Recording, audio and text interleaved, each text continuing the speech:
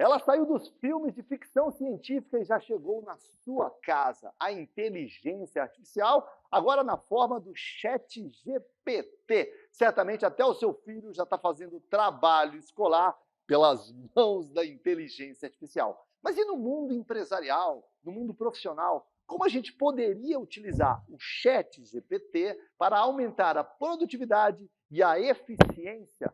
Marcelo, como a gente pode usar o ChatGPT para ser mais produtivo e mais eficaz?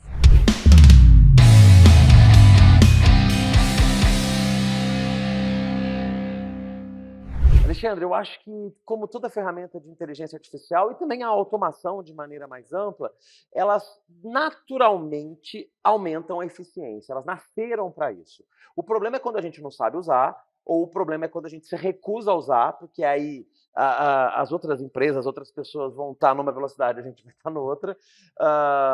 E também é quando, de certa forma, a gente usa errado, usa para finalidades que não são delas. Então, para a gente ser mais eficiente na utilização do chat, de qualquer inteligência artificial, e também da automação, a gente precisa primeiro entender qual que é a maior contribuição disso tudo. Por exemplo, a automação, os robôs, de maneira geral, eles são muito interessantes para quê? Para encontrar lógica em dados que estão distribuídos. Né? Então, por exemplo, você, como especialista em pesquisa, sabe muito bem, você alimenta um sistema com várias informações, dali você consegue extrair, né, alguma coerência, algum nexo naquilo. Então, a inteligência é importante para isso, o ChatGPT também. Quando é para fazer um trabalho repetitivo, então, eu me lembro quando eu trabalhava na indústria, chegou um robô para fazer movimentação de matéria-prima e alguém falou, cara, isso vai tirar muito emprego. E, de fato, alguns postos de trabalho deixaram de existir, infelizmente. Por outro lado, eu ficava pensando, mas será que esse trabalho era realmente para o ser humano? Porque ele tinha que pegar um negócio pesado, colocar nas costas, carregar não sei quantos metros. O robô é muito melhor. Então, aquilo que requer força física, aquilo que requer algo que é tão chato de fazer, cara, a inteligência artificial, ela ajuda muito. Então, eu penso que a gente pode ser mais eficiente, ser mais produtivo, sim. Principalmente quando a gente delega para essas tecnologias aquilo que é rotina, aquilo que a gente acaba fazendo sem precisar pensar. Porque tem coisa que a gente faz meio no piloto automático. Isso vai ajudar. Agora, onde está o risco? O risco é a gente querer que essas coisas pensem por nós naquilo que precisa ser um humano pensando. Né? Senão a gente entra num processo de emburrecimento também. Então, eu acho que elas ajudam muito, essas tecnologias, quando a gente separar o joio do trigo. E, principalmente, quando a gente escolhe o trigo e não o joio, né? Sim, perfeito, Marcelo. E eu acho que são ferramentas, ferramentas nos ajudam. Não tem como, desde a época da agricultura até a época tecnológica, ferramentas nos ajudam desde sempre, né? Aliás, a espécie humana virou espécie humana porque ela usa ferramentas, como a gente tem a capacidade, né, essa destreza nos dedos, a gente criou ferramentas, pedra lascada, é por isso que a gente é humano, que a gente usa ferramentas, senão seria uma loucura não usar uma ferramenta, né? Ainda que o computador e o Word tenha tirado emprego de datilógrafas, não tem sentido você renunciar a isso. É uma ferramenta que te ajuda. A gente gravou agora há pouco um episódio de saúde mental. Eu cheguei no ChatGPT e coloquei, cite alguma pesquisa que fale do impacto e do prejuízo de doenças emocionais nas empresas. Uhum. Assim, eu poderia pesquisar isso no Google, mas ele me trouxe mais rápido.